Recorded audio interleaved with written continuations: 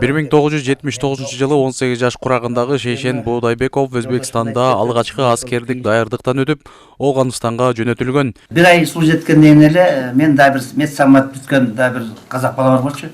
Экөөбүз түндө старшина рота тургузуп, анан ага чейин сөз боло баштаган. Бирок ким кетет, качан кетет Афганистандага деп анда белгиледи. Анан биз түндө тургузуп, эски шинелдердин баарын жаңыртып, жаңы тумактар өтүктөрдү кийгизип, Пушкаминегорскийден анан ошол жерден анан кийин типтер ошол жерден эшелонго салып туруп, бизди жанагы Термеске кеттик поезд менен. Ооган согушунун ардагери Шейшен Боодайбеков менен барган жоокерлердин айрымдары окко учуп, баатырларча курман болгон.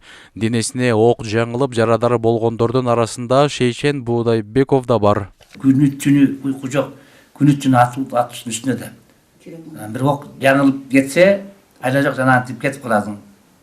Ana bir kazak bala taldı kurgandan. Al buna erten getem de bizden ulurak pırızıktan aldı da pırızıp getem de turgan bala. Bu terayda tüşkü janagı saldatlar bir seri janagı akot kılıp kilo atkan okta gelip baratıp bu terden çöp şu bayık bayganda da at oşulup bayık demliği jetpey kaçıp bolup ketти.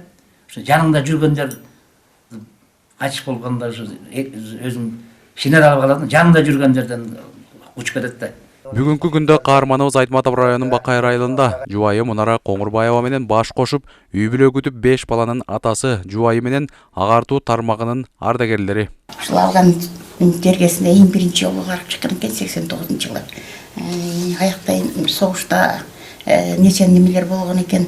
Кудайга шүгүр эми аман эсен келишип, бала чакал болуп атат.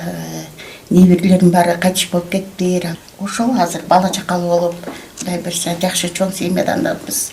Жылына Талас облусундагы Ооган жергесинде кызмат өтөгөн жоокерлер чогулуп, курман болгон баатырларга Куран түшүрүп, эскерип турушат. Рыскелим Зүрөтбек уулу, Орозбек Бейшебаев, Айтматов району.